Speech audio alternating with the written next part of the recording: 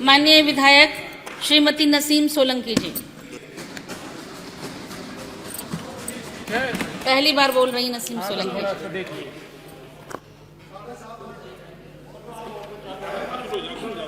ठीक है, आपके लिए 7.5 मिनट का समय है।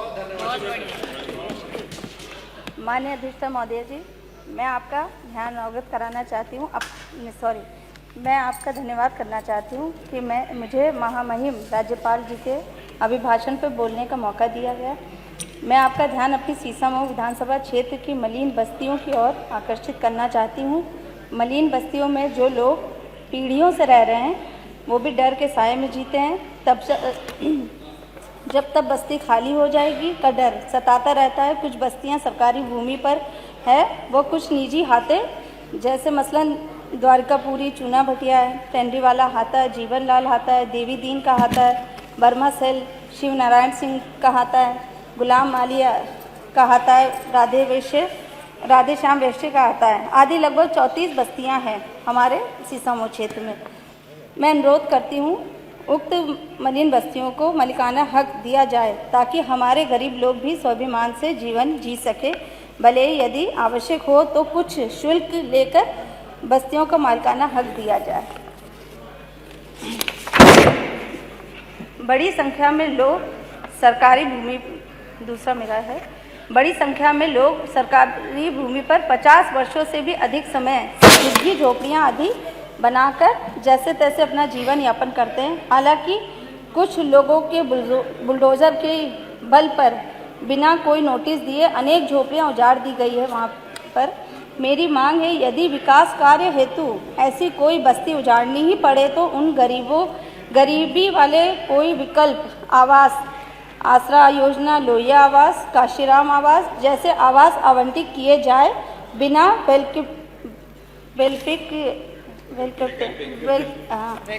वैकल्पिक व्यवस्था व पर्याप्त नोटिस गरीब की झोपड़ी को उजाड़ने ना दिया जाए।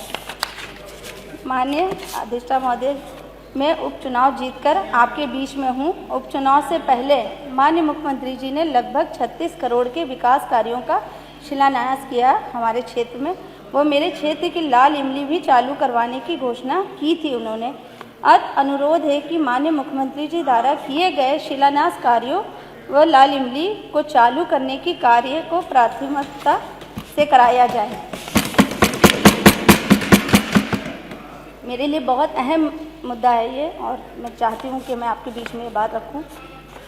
मेरे पति श्री इरफान सोलंकी, जो इस सदन के 4 बार के सदस्य रहे हैं, आज झूठे मुकदमे की वजह से लगभग 27 महीने से जेल में यातनाएं भोग रहे हैं।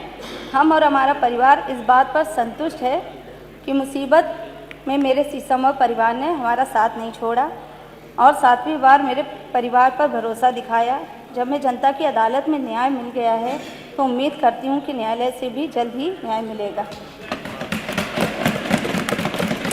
अब 2 लाइन में हम अपनी बात कहना चाहते हैं। जिनके हौसले सच्चे होते हैं वो कैद में रहकर भी मुकद्दर लिखते हैं। जिनके हौसले सच्चे होते हैं वो कैद में रहकर भी मुकद्दर लिखते हैं। तूफानों से कह दो औकात में रहें, हम परिंदे नहीं जो घरों में कैद हो जाए।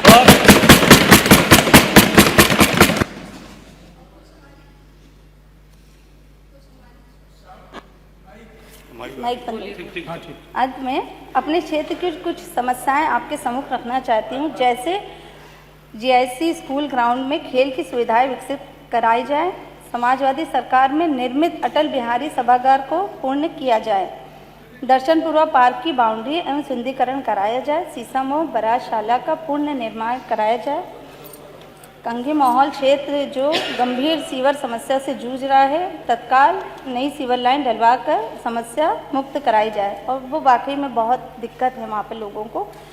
और JNNURM की अधूरी पेयजल परियोजनाओं को पूरा कराया जाए, गरीब ठेले वालों व ज़मीन पर दुकान लगाने वाले लोगों का उत्पीड़न बंद किया जाए। एक और बस, शुक्रिया आपका, बहुत धन्यवाद। बहुत बहुत धन्यवाद, बहुत धन्यवाद। दुनिया बदल रही है और ये भारत के लिए ला रही है इन्फिनिट अवसर, जिसे हम कहते हैं मिनट इन्फिनिट। आइए आइडियाज ऑफ इंडिया के मंच पर। समझे इसी मिनट इन्फिनिट को 21 और 22 फरवरी abplive.com पर।